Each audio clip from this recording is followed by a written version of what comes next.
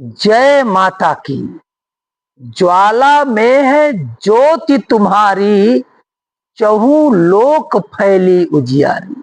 माता रानी परम अंबिका जगदम्बिका आपके घर में खुशियां दे, आपकी झोलियां खुशियां से भरते। नवरात्र की हार्दिक शुभकामनाएं।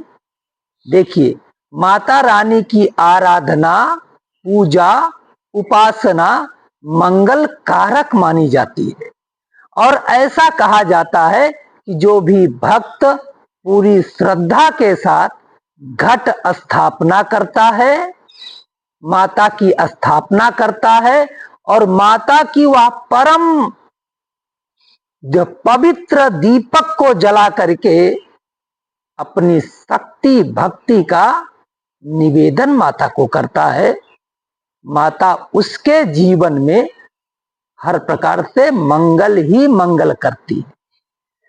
शास्त्रों के अनुसार दीपक ज्योतिर पर ब्रह्म, दीपक ज्योतिर्जनार्दन, दीपो हरतु मे पापम, पूजा ज्योतिर्नमोस्तुते। ज्योति नहीं, मैया का दिव्य स्वरूप है दीपक। और लोग दीपक जला करके अपने घर के विघ्न बाधाओं का निवारण करते हैं। लेकिन कुछ स्थितियों में देखा जाता है दीपक बीच में ही पूर्ण हो जाता है। कुछ लोग तो सुबह से लेके शाम तक दीपक जलाते हैं, कुछ लोग अखंड ज्योत जलाते हैं। तो यदि अखंड ज्योत आपका पूर्ण हो जाए, मतलब बीच में बंद हो जाए, तो मन में बहुत दुख होता है। ऐसा मन में आता है कि लगता है माता रानी ने मेरे पूजन को स्वीकार नहीं किया है। तो आइए देखते हैं शास्त्रों में क्या लिखा है। दीप यदि शांत हो जाए उसकी प्रक्रिया क्या है। देखिए, दीपक निश्चित रूप से ऊर्जा का प्रतीक माना जाता है। हिंदू सनातन संस्कृति में दीप जला के आरती की जाती है, दीप जला के सेलिब्रेट किया जाता है किसी कार्य को, और दीप जला करके अपने घर को प्रकाशित किया जाता है।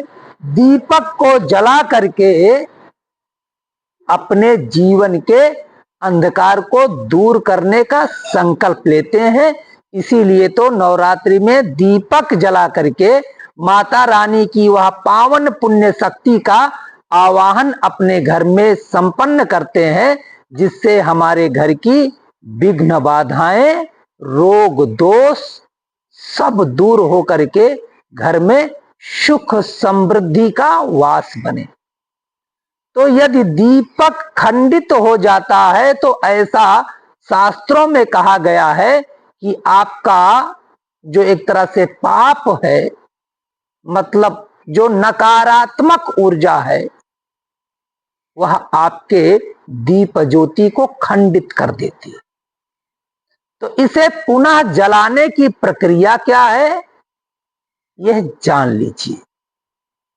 दीप जब खंडित हो जाए तो वैसे तो नियम यह है कि दीपक को अच्छी तरह से साफ कर लें, घी उसका निकाल लें, तेल निकाल लें, दूसरी बत्ती आप उसमें एक तरह से डालें, फिर से फ्रेश घी या तेल डाल करके प्रायश्चित गोदान करें और प्रायश्चित गोदान करके दीपक को पुनः जागरण करने से आपकी यज्ञ का नियम नहीं टूटेगा। कुछ लोगों का यह एक विशेष मत है कि दीपक को ठीक करते समय आचार्य जी यदि दीपक बंद हो जाए तो क्या करें। देखिए, ज्योति अगर वही होगी तब दीपक खंडित नहीं होगा। एक काम करिएगा, जब आप दीपक को ठीक करने लगे, बत्ती वगैरह ठीक करने लगे, तो एक कर्म साक्षी दीपक उसी लौ का जो माता रानी की दिव्य ज्योति जल रही है, उसी ज्योति से लेकर के एक जो है नीचे आप चावल पे ज्योति रख करके, चावल का मतलब कि आप किसी पात्र में